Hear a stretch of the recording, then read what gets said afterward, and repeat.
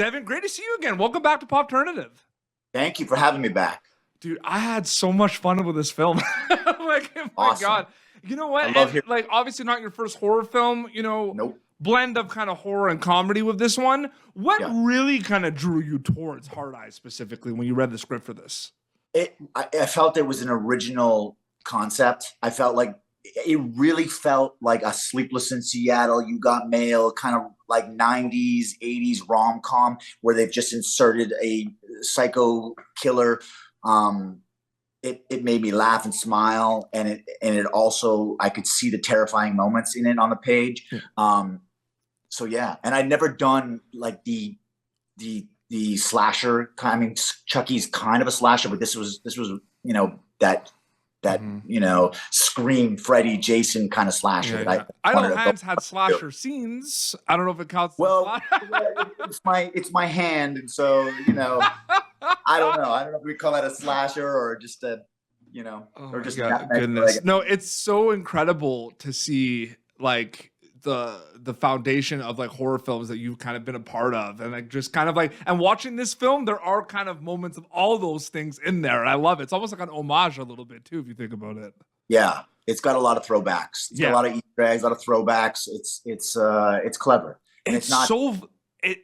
Josh found the line to not cross when it comes to like campy and it just all kind of works, and so kudos to Josh for keeping it that way. But man, I mean, it's scary. It's got the horror elements, the gore. Yeah. It's so funny. Like it's so funny. Like I laugh. Terrifying. So hard. It's gory. So what's that like reading both in the script, right? Because it's like is it a tag team when you're reading it, the comedy and the horror together? Like what's that like for you? You just knew it was going to work on the page. It just felt like, okay, this is going to work. And then you see who the co-stars are and it's just, it feels you're confident, you're optimistic that it's going to be a good product. That's how I felt when I read it. Yeah. And then I didn't know what the Hard Eyes Killer was going to look like.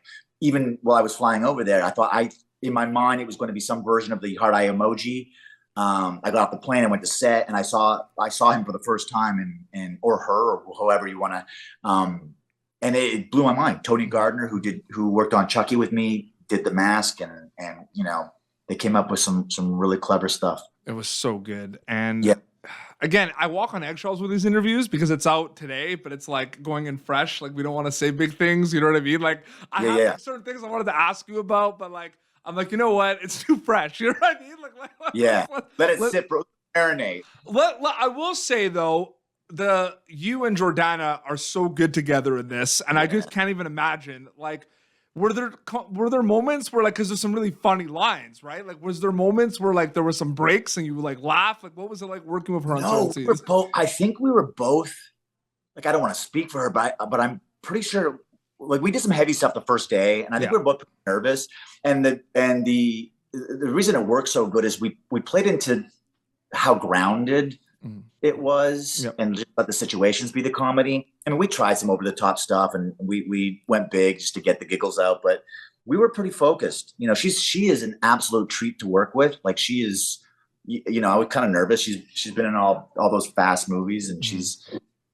But she's a damn treat to work with. Yeah, absolutely. Like, I just want to say, like, you got to work with, Mason, Olivia, Jordana, but I just want to say they also got to work with Devon Sawa. I just got to say that. Hey, listen, I appreciate that. That's very sweet. They're all amazing. They're all amazing. I got to chat with Josh. I got to chat with Josh, like, at some point, and we talked a little bit about how excited he was about the ensemble of this, and like hit it out of the park. Like, the cast is so good in this movie.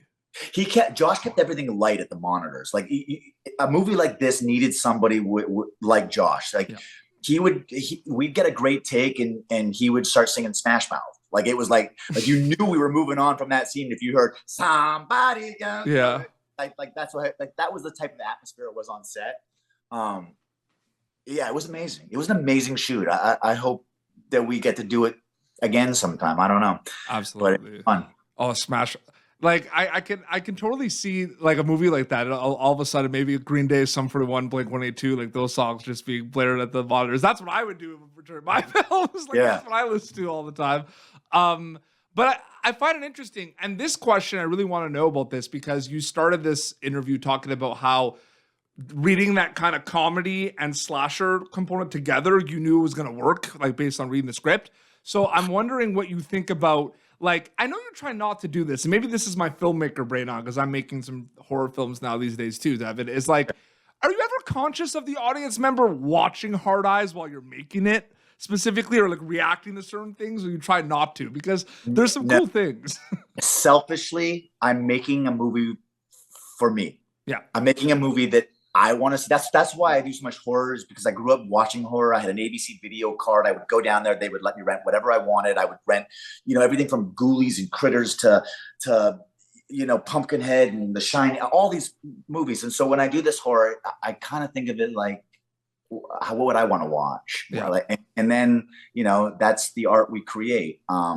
And so it's a selfish process, I know, but I mean, that's where Idle Hands came from. That was the type of film at that time I wanted to watch. Yeah. Whether, unfortunately, the films that were coming out, like, I Know You Last Summer and Scream. So, but I wanted to watch Idle Hands. Yeah. So I made that film. Yeah. No, for sure. But I mean, Hard Eyes literally is the movie theater fun time movie. Like, if you look in a dictionary and you're like fun time movie, it's Hard Eyes, right? Like, it is.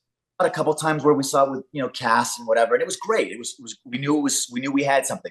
But then I went and sat at the Aero Theater and we watched it with an audience full of just the horror community. Yep. And it made it like the hairs on my arms are sticking up right now. It was just like we knew, like, popcorn was flying, people were laughing, people were screaming at the screen. It was like we did it. We made that's the type of film we wanted to make. And last question, I know you don't really think about these things and you're just kind of enjoying the moment because it's going to be available in theaters. People are going to be able to see it. But it's really cool to think about the fact that because it's like, a horror movie, it's always going to be part of marathons now. You know what I mean? But then also the rom-com component and Valentine's Day, it's always going to be watched around that time, right? Like we do that like with Christmas movies, right? It's that same thing, right? That's cool to know that you're like part of a film that's going to resurface and be evergreen for a while, right? 100%. It's good to know that we're on a short list of Valentine Day movies, Valentine horror movies, or Valentine days in general. Yeah. The only kind of the holiday I do the typical Christmas, Die Hard, Lethal Weapon, the Christmas movies, and so I'm proud to be in one of the few Valentine Day movies. Absolutely. Are you just like in awe of the evolution of the horror movie genre, like year after year? Like, it's crazy. Like, I don't think it's stopping. I think that I'm very proud that a movie like Substance is now up for, has it been nominated for an Academy? Yeah, it was, yeah. Substance is nominated for an Academy Award, and it's kind of, we're starting to realize that we can make campy horror films. We can make we can make movies like The Terrifier where they're like gory and crazy, and we can also make The Substance, and horror doesn't have to be the ignored genre anymore. Yeah, absolutely. It was cool too because Nosferatu, which a lot of people were saying horror movies also got nominated. It was really cool to that's really exciting, right? Like to think about the fact that like horror movies are being nominated for Academy Awards. Like, it's crazy. Yeah, well, they're making really smart horror films nowadays. Things like Wolfman and Invisible Man and just it's just we're in a good place with horror. Absolutely. Do Final Destination coming too. I'm just saying, like there's a lot, but Hard Eyes. I love this so much, man. Congrats to you and the cast and the crew and everyone in theaters. Devin, as always, it's an honor and privilege to speak with you, man. Thank you so much for your time. I can't speak to you again about something else, man. Yeah, I really appreciate it. Have a good one, man. Thank you for tuning in to Popternative. Make sure to check out our past episodes of Popternative on YouTube. This has been an Autograph Communications production.